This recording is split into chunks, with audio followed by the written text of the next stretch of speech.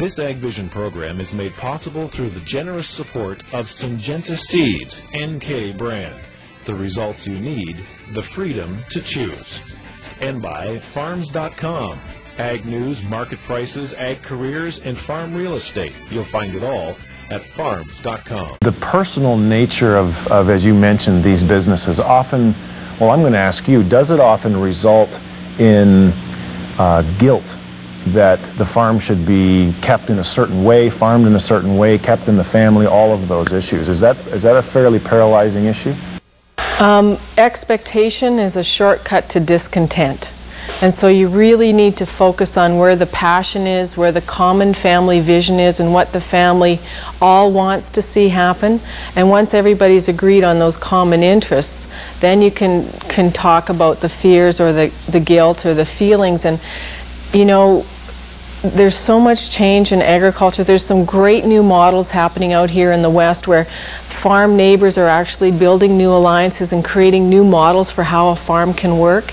And there's so much possibility for change.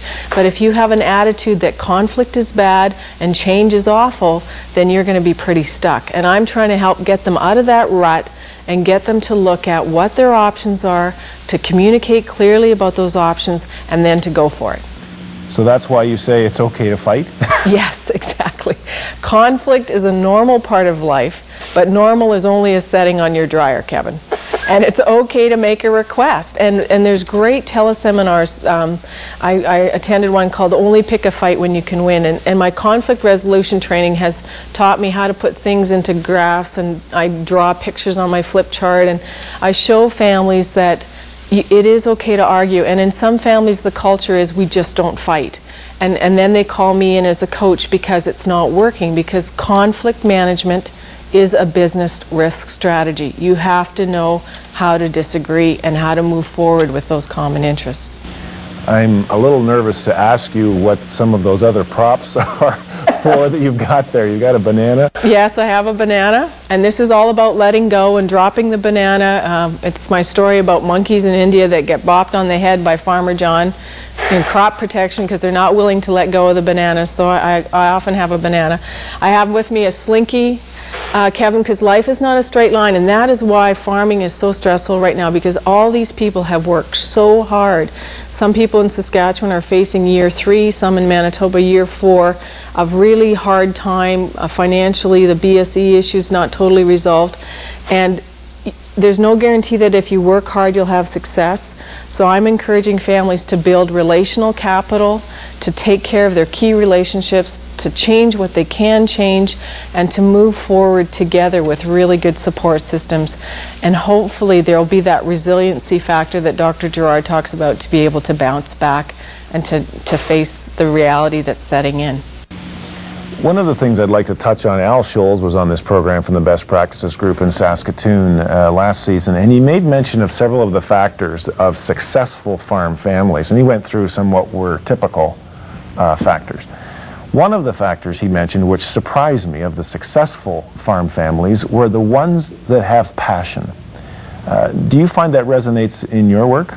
Very definitely. I'm married to a passionate farmer, and I keep asking him, how long do you want to keep doing this? And he said, as long as I have a meaningful reason to get up in the morning and I feel passionate about it. And I do some work with the Pike Management Group in Alberta, and that conference that we have every summer is like a shot of passion, adrenaline for people who see the positive potential in agriculture. And I have a tool that I use called my purpose cards to show people that their passion may not be aligned with achievement anymore. And so the farm needs to have a management transition. Maybe their passion is to have more meaning in their life and to create something beyond the farm. And maybe just come to the farm to work when they want to work and not feel like they're a slave to their business.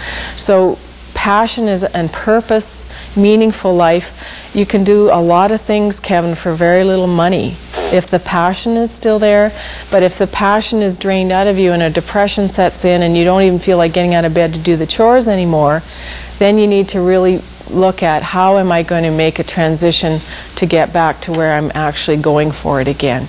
And that passion in agriculture right now is a very, very key challenge, because a lot of people are calling for me to say, Elaine, come and plant some hope. Tell us why we should still be doing this. And my book is called Planting the Seed of Hope, and I'll just hold it up. It's what we have every spring when we put that crop in, Kevin, and when those new calves are coming, is that you hope the prices will be good, you hope your return on your investment's going to be there, and you can't have broken dreams that don't pay the bills. And so it's getting that all lined up again to move forward. That's just so important for families. One of the concepts you talk about, I think it's under the undiscussable category, is the whole area of keeping the farm out of the family and keeping the family out of the farm. Some people say this is impossible, but first of all, describe for me what you mean by that. Does that mean that we don't talk business over the Christmas dinner? That might be a good place to start. Some people have a bedroom rule that when the farm couple's in the bedroom, they don't talk business anymore. There's much better things to do there. And the whole idea of as a coach and in management model is that you have a family circle and a business circle, and they tend to be very interlinked, but you have to be careful where the overlap comes. And quite often in families, to be strong, another characteristic of strong families is the ability to connect and celebrate. And you don't want to be doing estate planning while you're eating the Christmas turkey. So you need to separate that. And one of the systems for doing that is to have a regular communication system of a family business meeting, shareholder meetings, whatever you want to call them. So you say, oh yeah, we need to talk about it. Let's just go park that on the whiteboard in the farm office.